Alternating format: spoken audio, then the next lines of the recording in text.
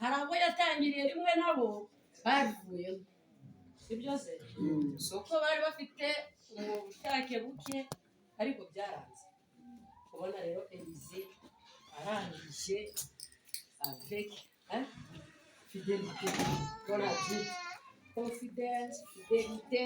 abyiyumvamo ngo ibindi bibazo ni affaire d'autre kandi wabyinjiramo babiri mubyo byose sibyo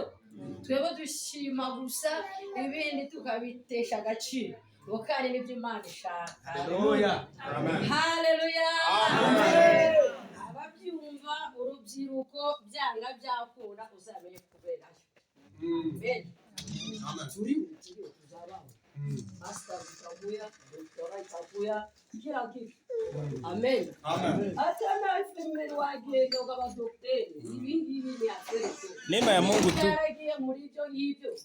urakabonye nawe ugenda gushakira ibyaha neema ya Mungu tunaishi kwa neema ya Bwana tunaishi kwa neema ya Bwana sigeza shira ku munwa ahagaze gato yafatwe n'kigiye gucanga kwa neema tunaishi kwa neema ya Bwana yo amen tunaishi kwa neema ya Bwana kwa neema tunaishi kwa neema ya Bwana Elize harahantu wasenze hamwe akiri gitinanga ubu mbivuze ngo